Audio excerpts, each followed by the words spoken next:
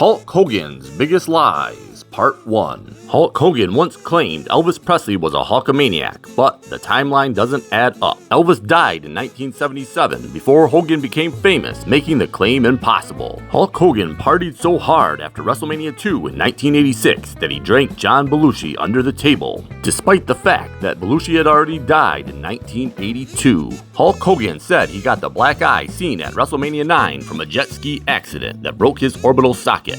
However, wrestling personality Jim Cornette claimed it was actually caused by a punch from Randy Savage, casting doubt on Hogan's version of events. I jumped on a ski and the first wave I jumped over it nosed on me, so it threw me over the front of the ski, and I had the life jacket on, so I tried to duck down in the water, but the life jacket brought me up, and the ski hit me in the face and broke my orbital socket, brother. Hulk Hogan claimed he sat next to Kerry Von Erich on a flight to Japan just days before Von Erich died by suicide. However, this timeline doesn't add up. Kerry's last match was in Dallas, and he was facing legal trouble, making a trip to Japan unlikely and casting serious doubt on Hogan's story.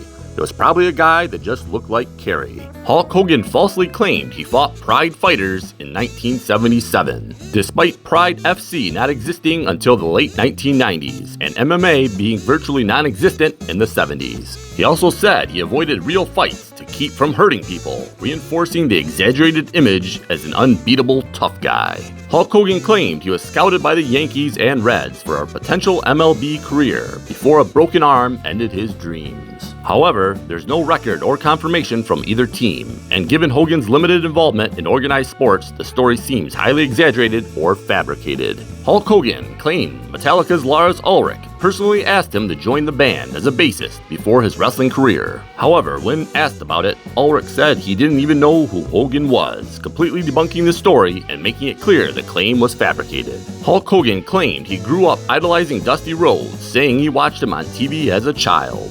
However, Rhodes didn't start wrestling until Hogan was 14 and didn't appear in Florida until Hogan was 17, making it impossible for Hogan to have been a childhood fan, exposing the claim as a clear and oddly unnecessary lie. Hulk Hogan claimed he was asked to join the UFC in its early days, but UFC co-founder Campbell McLaren publicly denied it. Hogan said the promotion's violent nature turned him off.